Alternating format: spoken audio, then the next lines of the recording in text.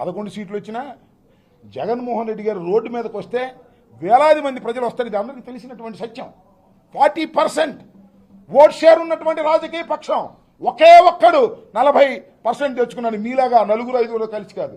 అంత ప్రజాదరణ కలిగినటువంటి వ్యక్తి రోడ్డు మీదకి వస్తుంటే Z+ సెక్యూరిటీ ఉంటే లోకేష్ మాట విని పోలీసులు పక్కన పెడతారా? ఏమండి నాకు అర్థం కాలేదు. ఎంత దుర్మార్గం అండి. తొక్కిసలాట అల్లాడిపోయాం. పోతే పోయాం, కానీ మాకేం అభ్యంతరం లేదు. తొక్కిసలాట గందరగోళం.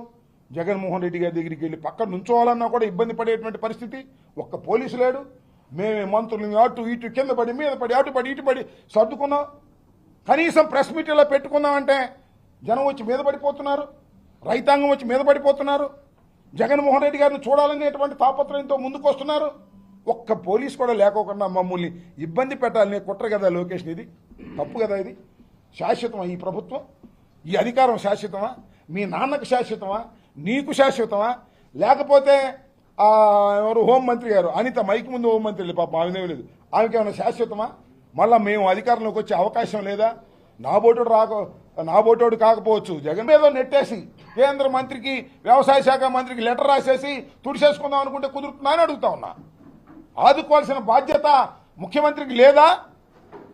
నేను గర్వంగా చెప్తున్నా, వైఎస్ఆర్ కాంగ్రెస్ పార్టీ ప్రభుత్వం రైతు పక్షపాత ప్రభుత్వం. ప్రభుత్వానికి నష్టం జరిగినా రైతుని ఆదుకోవాలని తాపత్రయపడినటువంటి ప్రభుత్వం. మీరు ఎప్పుడు కొనలేదని వాళ్ళ ఆయన వ్యవసాయ శాఖ మంత్రి గారు అంటున్నాడు. 64,000 కోట్లు వెచ్చించి ధాన్యాన్ని కొన్నటువంటి సందర్భం రికార్డ్స్ ఉంటాయి, చూసుకోమంటున్నా.